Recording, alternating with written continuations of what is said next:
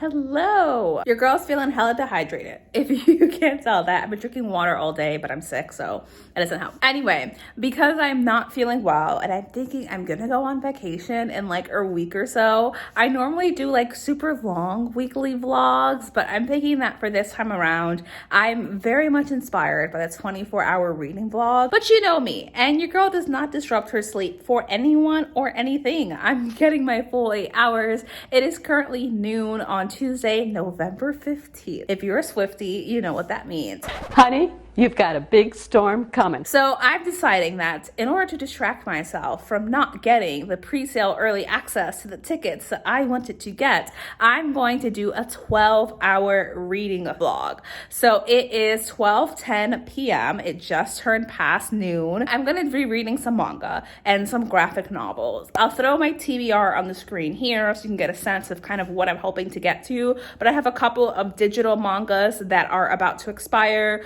One is Sweat and Soap Volume 7. Sweat and Soap is a romance manga following two co-workers who fall in love. They both work at like a bath and like beauty product factory manufacturing place. They fall in love, and book 7 is about them after they just moved in together and how their relationship continues to develop. I think that we've gotten to the point where our main character is about to meet his family. So I'm excited to read that. And then the other one is Monstress. I don't know what this one is about, but I usually don't know what books are about before I jump into them. You can also see my giant stack of library TBR books with some of the other mangas that we're going to be reading. But without further ado, let's just get into it.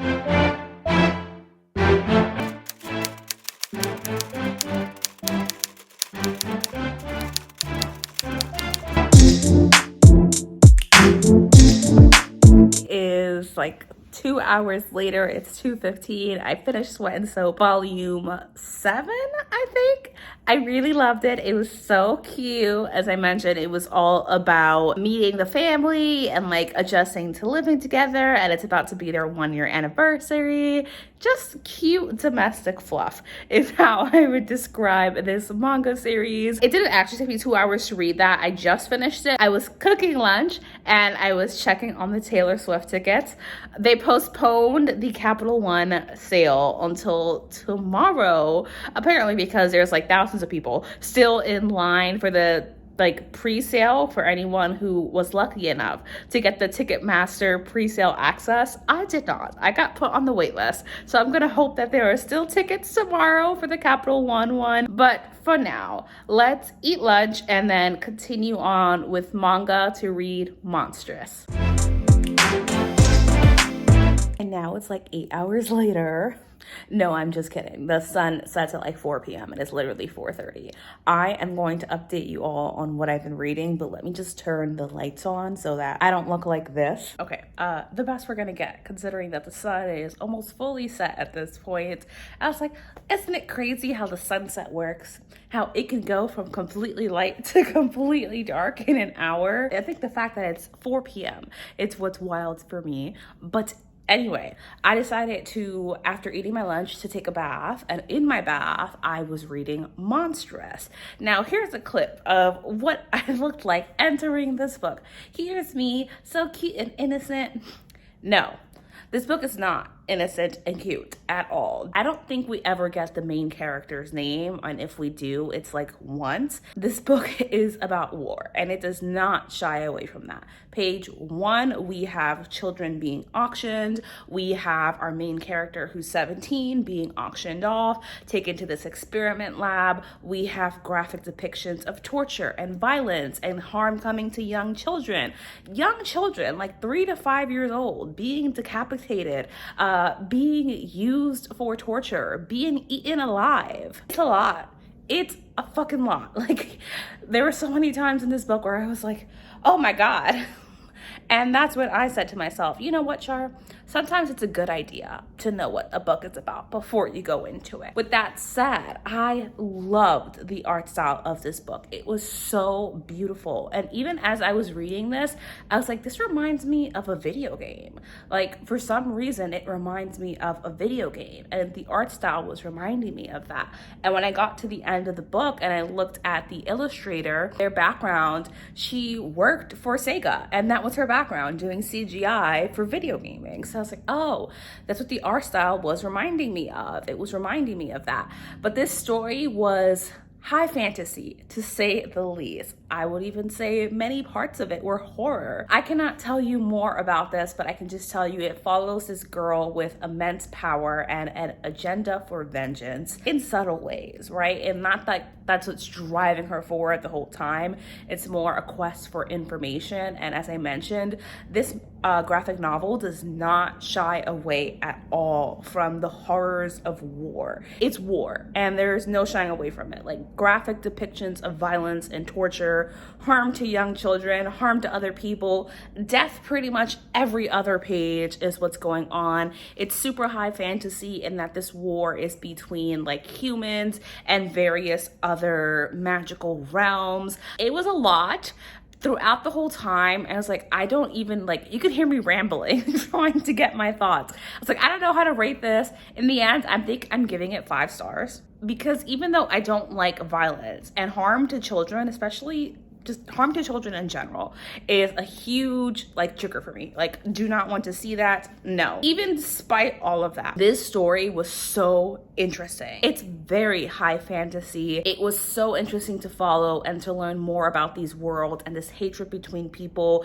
and these political moves and these figures within each realm who are driving towards their own like selfish purposes. The people who are caught up into that. And there's this line by this little kid that we're following throughout the story. Like, she's really young, like 4 years old. She says they only call us monsters because it makes it easier for them to kill us. And I'm just like, I need to mentally recover from that book because it was so much, but I have to give it 5 stars because it was well done.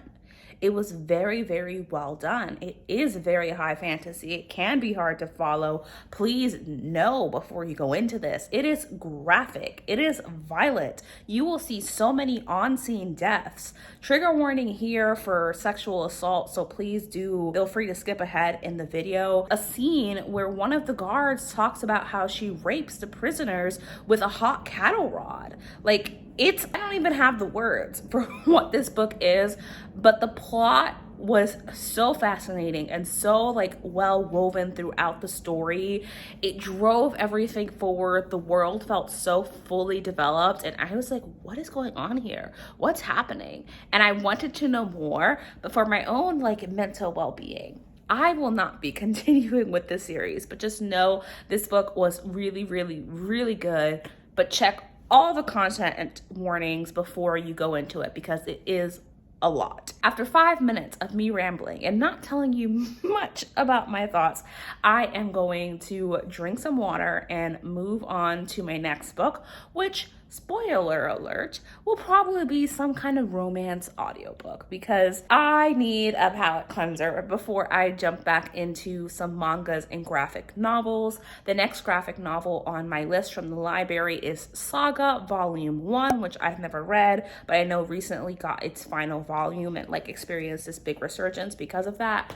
Or its next volume. I'm not sure if it's the final volume. I have Pumpkinheads because I know that's a favorite for a lot of people to read around Halloween. I've never read it. It's been on my TBR for literally years. So I figure let's get into it. And then I have Wash Day Diaries as well, but I should be able to finish all of that before midnight.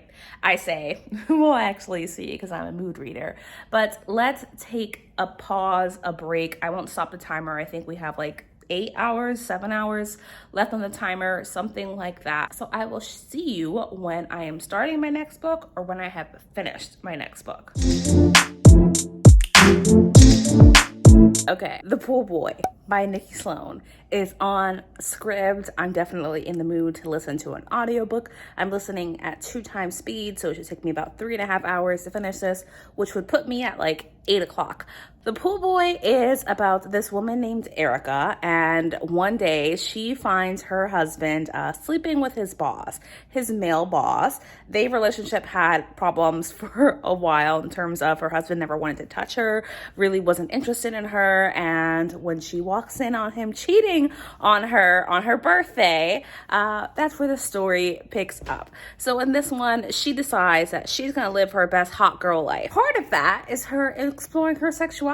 And throughout the course of that, she ends up like lounging naked by her pool, and her pool boy, who's in his 20s, by the way, she's in her 40s, he's in his 20s, so it's age gap, sees that and is obviously very into it, and she's reluctant, but the story is about them and their relationship. By the way, did I mention that the pool boy is her best friend's son? I didn't. That's usually not my thing. Age gap is usually not my thing, but I know a pool boy is like very well known. A lot of people enjoy it, so I'm gonna give it a go, especially because it's an audiobook that I should be able to finish within our time constraint of the 7 hours we have left on the clock since it's 5 p.m. So I'm gonna update you when I have something to say about the pool boy. Not me being scandalized. Like, I didn't purposely search for short romance novels. Anyway, I was just booking a trip to Panama, minding my own business, and all of a sudden, my homegirl is watching this man masturbate. He's 24, by the way. 24. And then he sees her, and she's like, well, you saw my titties, so I want to see you masturbate. I'm putting this on the internet because... What? Not me being scandalized. Anyway, I'm going to keep listening and book my trip to Panama. Also, to clarify, he is her best friend's son, but her best friend and her have only been friends for a few years, and they moved to town when he was 18. So it was his high school graduation, the first time she ever met him. So she never saw him growing up. She was never a part of his life for that. He moved to town when he was graduating from high school with his mom. Do you like how you can see the mic I unboxed earlier? I am listening to Pool Boy, as you know. Y'all, the smut in here. They fuck like every other chapter. For real. It's good though. And there's actually so much plot in here. I'm just like, what the hell is going on? We have a musician, a potential music career, auditioning for Taylor Swift. They're calling her something else, but she's Taylor Swift. Lots of things going on. I'm really enjoying it, but I wanted to give you this update in that it's a romance book.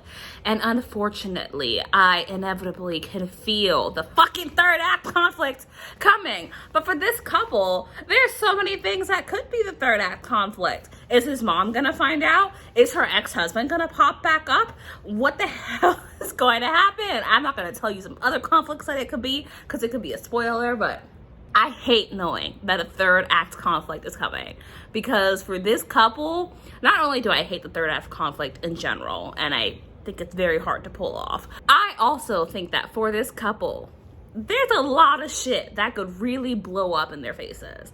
A lot. And I'm not talking like, oh, a breakup. No, like some real shit that could really fucking blow up in their faces. So we'll power through that. However, it is 7 p.m. now, so it's like 2 hours after I spoke to you, a little under that, because I have an hour and 50 minutes left in the book. Also, excuse the New York City background noise. Listen, the heater is blasting, but it's not heater weather quite yet. I'll appreciate that at 2 a.m. But for now, yes, I'm going to wear a giant, very warm sweatshirt and have the window open. Even though I spent all morning recording videos, which is why we started this video at noon, I didn't account for the fact that I'm going to need to spend at least an hour to 2 hours editing tonight, and your girl's not editing at midnight, okay? So I'm not gonna pause the timer, but I also can't like read and edit a video. Like I need to listen to myself and make sure I'm editing how I want. So I will try to edit as quickly as possible, because it is Tuesday night and I post on Tuesdays/Wednesdays. My upload schedule is Wednesday and Saturday, but if I'm able to finish the video earlier, then I post on Tuesdays. So I am going to need to edit that video. So I'm gonna put a pause on Pool Boy, but I'll come back on here to let you know when I finish it. And that will be 3 books finished in a few hours. We have 5 hours remaining on the timer since it is 7 p.m. It's 10:22 p.m. I have about an hour and a half on the clock. The timer will officially end at 12:12 a.m., which is when we start it. I just finished Pool Boy. I'm giving it 5 stars. This has been such a good like little half day of reading. Such good ratings across the board. Oh boy, was so much more than I was expecting it to be. And please, my apologies for the shitty lighting. This is what we're working with. This is what I've got. It was so much fun to listen to. It was super steamy. The audiobook is on Scrib. Seeing Erica and Troy fall in love was also just really cute. And I love the whole subplot of Troy being a musician and trying to play for the equivalent of Taylor Swift. Made the book so much fun. I fucking loved it. It was a great time. That is all of my thoughts for now because there is about an hour and a half left on the clock. I have 3 potential options for the next books I could read. I could read Pumpkinheads, I could read Saga Volume 1, or I could read Wash Day Diaries. Saga Volume 1 is also about war. So I don't know. Let me just flip through to see if I actually want to read it. Looking at this, there definitely is some violence, but it's not as bloody and graphic as Monstress was, so maybe we'll get to that. But I'm thinking for now, I want to start with Wash Day Diaries. This is actually an expansion of a book called Wash Day, but I'm going to read this little graphic novel. It should take me like an hour or so, and it is just 5 interconnected stories about 4 ride or die best friends and their various like hair care routines and how they come together. So I'm excited to read that and I'll update you once I've finished it. It's been about 20 minutes. I'm on the final 2 stories. If I can show you this. It's super fast to read because this is what most of the novel looks like. There are very few words on the pages. The stories are being told through the background scenes. So what I've been really liking about this is number 1, it's set in New York City and I just like love seeing that from their perspective. These 4 women live in the Bronx. This is actually not young adult. I don't think it's classed as one, but there are definitely like scenes that make it clear that these are adult women in the conversations that they're having. And I've been really, really enjoying it. The first one is about a woman who is washing her hair. In the background scenes of the book, you can see that it's also about gentrification of her neighborhood and luxury condos popping up in the South Bronx. And just like as someone who lives in an area of New York City that is being heavily gentrified, that hit very close to home. The second story is like more lighthearted. It's them just like gossiping in their group chat. And it's really funny because the story that's being told is like messy and hilarious, but gives you such a good insight into the character that it's about. And I just loved it. And she's telling this story as she's in the salon getting her hair done, which I loved. Third story hits on hard topics like the first one, in that our character is suffering from depression and struggling to like move through life and open up to her friends. And when she does, she gets the response that like, oh, those medicines and stuff like mess with your mind. You seem fine to me. Try this crystal. And how that wasn't the right thing for her to hear and how she deals with it. But it centers around them having a conversation as she's getting her hair cornrowed. And it's deeper than that as well because she says like, I can't wear my natural hair to work. I can't deal with that again. There's a line that I really resonated with when she's talking about her career and she's saying, you know, I don't think I want to be in this field anymore. And that's causing me a lot of issues because I feel like I went into debt for this degree that's not even right for me. And I feel like everyone else has their life together. I just am really, really loving this book. I can't see myself giving it less than 5 stars. Like, it is absolutely incredible. It will probably take me about 10 minutes to finish the final 2 stories. And I also love that one of our characters in here is an Afro-Latina, and I really appreciate seeing that rep. We are about to go into her story as well, La Bendición, and I'm so happy. This is just like filling my heart with all of the joy, even as it is hitting on some harder topics. So I'll update you when I finish this. I fucking loved it. I loved it so much. Definitely like a new comfort read. It tackled so many deep topics and conversations, things I like resonated and felt on such a deep level. There's a scene in one of the later stories where they're on a train that goes to the Bronx. On the train, they're just like being themselves and chatting and laughing, getting ready for a night out, and there's a bunch of white people like glaring at them on the train. And I just feel that so much with gentrification and what that does, and like people that are around you and the judgment they carry and like things they don't know about your neighborhood. And just like, I can't even tell you like all the thoughts because it's layered and it's complex and there are so many emotions. And I just loved this book so much. The art style is like so beautiful. I think I showed you a couple of clips of me just holding the book up and how much I loved it, and all of their stories and just like their friend group. I just loved it. I loved it so much. It's 11 p.m. now. I still have 1 hour and 12 minutes left on the clock. As you can see by my baby hairs progressively standing up on my head. Apparently it is getting very close to bedtime. I've read pretty much back to back all day. The thing I wanted to do was like read for 12 hours straight with some like exceptions, right? Like making lunch and eating lunch, making dinner and eating dinner, although I listened to an audiobook while I was doing that. Taking a pause to like edit a video, or taking a mental health break if I just felt a little bit overwhelmed, which I did like a couple of times for like 10 or 15 minutes. I just had so much fun reading for 12 hours. We still have the final hour to go. Our 2 books that I could potentially read in that time, depending on how many words are in these 2 graphic novels, we shall see. But I'm happy with all of the books that I read so far, and this was such a fun like little experiment, this little reading vlog of how many books could I read in 12 hours, or not even how many books could I read in 12 hours. I could have read more books had I had a strategy, but rather just spending a cozy 12 hours together while I read some books that I have checked out and have on my DVR. I swear I'm a little bit too comfortable with y'all because look at my fucking bangs, just like, whoop, just standing straight up. My hair is fully curly, and yet the front of my hair continues to insist on being straight. But yeah, I'm gonna take a little break to listen to some music for like 5 minutes or so, and then I will see you with the update on Pumpkinhead. So I finished, that's upside down. I finished Pumpkinhead. I loved it so much.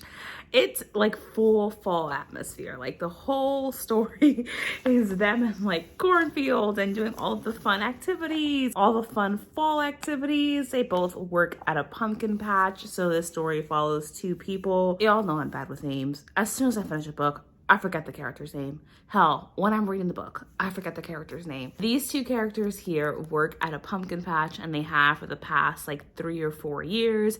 They are both moving away for college. It's their last year working at the pumpkin patch, and this follows their last night on Halloween as they work this beautiful fall themed wonderland. So cute, and I loved it so much. Mostly I love the scenes and like how funny it was as well, and it was just a good time. It is a solid 4-star read for me, and I could 100% see myself rereading this in the fall, so I get the love for that book. But there's like 20 minutes left on the clock, to be exact, about 17 minutes, since it is 11:53 p.m. 11:53 p.m. I was like, wait a minute, it's a.m. No, it's not a.m. because it's nighttime. This was such a fun little like reading vlog to do, and I am so happy that I loved every book that I picked up in this, and surprised that I was able to pick up a full-length novel and finish it.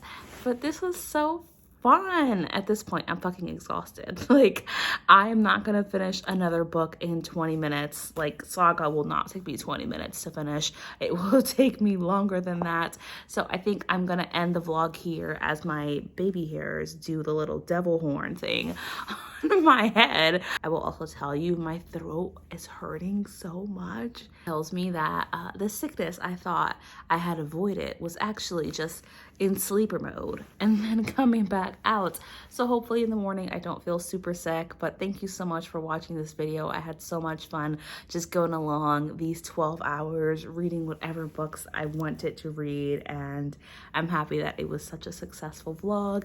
If you aren't already, please do make sure to subscribe before you head on out. I will have my previous videos linked in the end card as always if you want to explore some more of them, and I will see you in my next video, and this will become the outro. Bye.